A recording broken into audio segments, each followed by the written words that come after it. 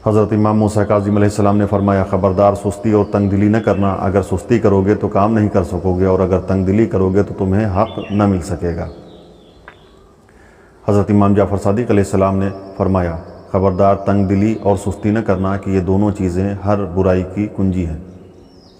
کیونکہ جب کوئی شخص سستی کرے گا تو وہ حق ادا نہیں کر سکے گا، اور جو تنگ دلی کرے گا وہ حق پر صبر نہیں کر سکے گا۔ حضرت امام موسیٰ کاظم علیہ السلام نے فرمایا، جو شخص میانہ روی اختیار کرے گا، میں ضامن ہوں کہ وہ کبھی غریب و نادار نہیں ہوگا۔ حضرت امام محمد باقر علیہ السلام نے فرمایا، مومن کی 3 علامتیں ہیں۔ پہلی، معیشت میں عمدہ منصوبہ بندی کرنا، دوسری، مصیبت پر صبر کرنا، تیسری، دین میں بصیرت حاصل کرنا۔ فرمایا، اس شخص میں کوئی خیر و خوبی نہیں ہے جو اپنی معیشت میں منصوبہ بندی نہیں کرتا، وہ نہ دنیا کے قابل ہے نہ آخرت کے لائق ہے۔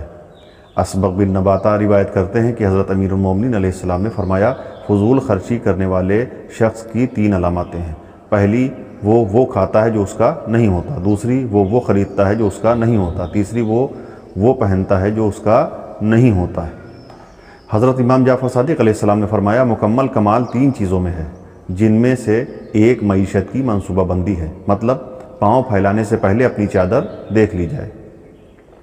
شیخ صدوق علیہ الرحمہ اپنی اسناد سے حلوی سے، اور وہ حضرت امام جعفر صادق علیہ السلام سے روایت کرتے ہیں کہ آپ نے فرمایا، اپنے اہل و عیال کے لیے کد و کاوش کرنے والا راہ خدا میں جہاد کرنے والے کی مانند ہے۔ حضرت رسول خدا صلی اللہ علیہ وآلہ وسلم نے فرمایا، ملعون ہے وہ شخص جو اپنے اہل و عیال کو ضائع کر دے۔ مسمہ بیان کرتے ہیں کہ میں نے حضرت امام جعفر صادق علیہ السلام کی خدمت میں عرض کیا کہ میرے پاس کچھ زمین ہے جس میں لوگ خاص دلچسپی لیتے ہیں اور مجھ سے خریدنا چاہتے ہیں، تو فرمایا، اے ابا یسار، کیا تمہیں معلوم نہیں کہ جو شخص زمین اور پانی فروخت کرتا ہے پھر اس کی قیمت کو پانی اور مٹی میں صرف نہیں کرتا تو اس کا وہ مال رائگاں چلا جاتا ہے۔ راوی کہتا ہے، میں نے عرض کیا، میں آپ پر قربان ہو جاؤں، اگر میں تھوڑی زمین مہنگی فروخت کر کے اس سے زیادہ رقبہ خرید لوں تو؟ امام علیہ السلام نے فرمایا، اس میں کوئی مضائقہ نہیں ہے۔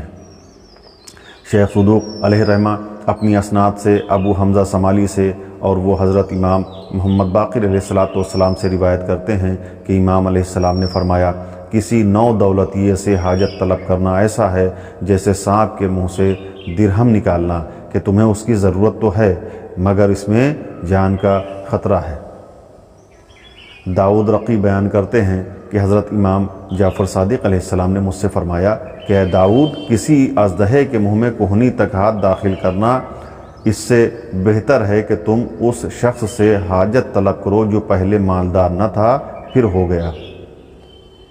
شیخ صدوق علیہ الرحمہ اپنی اسناد سے ابن ابی نجران رازی سے، اور وہ حضرت امام جعفر صادق علیہ السلام سے روایت کرتے ہیں کہ حضرت امام جعفر صادق علیہ السلام نے فرمایا، صرف ان لوگوں سے میل جول رکھو اور ان سے معاملہ کرو جن کی تربیت اچھی ہوئی ہو۔